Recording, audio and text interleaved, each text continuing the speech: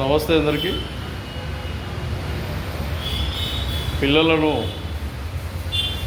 తల్లిదండ్రులు ఎంతో మమకారంగా, ఎంతో ఆప్యాయతంగా,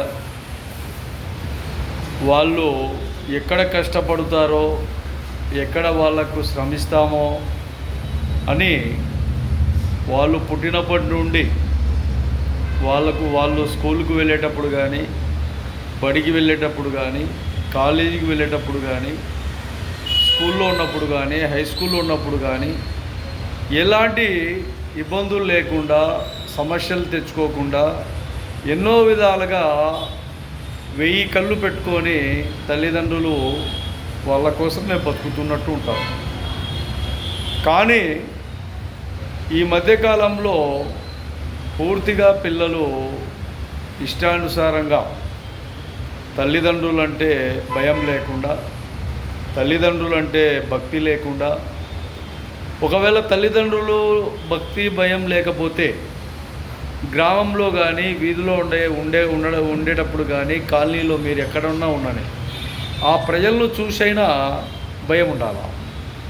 ఇంకొకరు మన గురించి ఏమనుకుంటారో, మన ఫ్యామిలీ ఏమనుకుంటారో, మన తల్లిదండ్రులు ప్రతిరోజు పబ్లిక్లో తిరుగుతుంటారు, వాళ్లకు మనము అవమానించే విధంగా, వాళ్ళను వేరే వ్యక్తులు ఎత్తిపొడిచే విధంగా మన బిహేవియర్ ఉండకూడదు అన్న ఆలోచన పిల్లల దగ్గర తక్కువైపోయింది, కరువు అయిపోయింది. వాళ్ళు అలుగుతే మినిమం 25-30 వేల రూపాయల సెల్లును వాళ్ళకు తీసిస్తున్నా. వాళ్ళు ఒకరోజు బాధపడితే వాళ్ళకు క్యాష్ మనీ ఇస్తున్నా.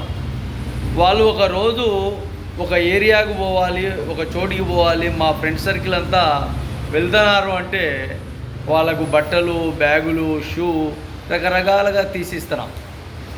అలాంటి ఒక తల్లిదండ్రుల మనోవేదన, మనోభావాలు ఎక్కడ కూడా కనపడకుండా, ఎవడో ప్రేమించినాడు, ఎవడో అమ్మాయి ఫోన్ చేసింది అన్నట్టు తల్లిదండ్రులకు ఎటువంటి సమాచారం లేకుండా, ఎక్కడికి వెళ్తున్నారో తెలియకుండా, ఎటు పక్కకు వెళ్తున్నారో తెలియకుండా, చివరికి ఎక్కడెక్కడో మీ భాగాలు, మీ శరీర భాగాలు మీరు చనిపోయి తల్లిదండ్రులకు ఎంత కడుపు కోతను మిగిలిస్తున్నారో, ఎంత శోకాన్ని తల్లిదండ్రులు మింగుతున్నారో, ఎన్ని సాధక బాధలు తల్లిదండ్రులు మింగుతున్నారో, ఎన్ని అవమానాలు తల్లిదండ్రులు మింగుతున్నారో, ఎన్ని ఇబ్బందులకు తల్లిదండ్రులు గురవుతున్నారో ఒకసారి బాగా ఆలోచన చేయండి. పిల్లలు ఆలోచన చేయకుండా ఇష్టానుసారంగా తల్లిదండ్రులు వాళ్ళకు ఇంకా అయిపోయింది, వాళ్ళు 40లో 50లోకి వచ్చేసినారు వయసులో,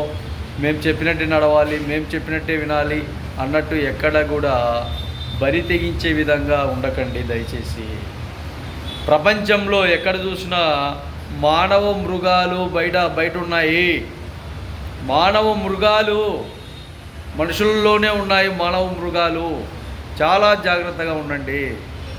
చాలా జాగ్రత్తగా లేకపోతే ఇబ్బందులు గురవుతారని కూడా యువతకు, తల్లిదండ్రులకు అందరికీ కూడా తెలియజేస్తాం.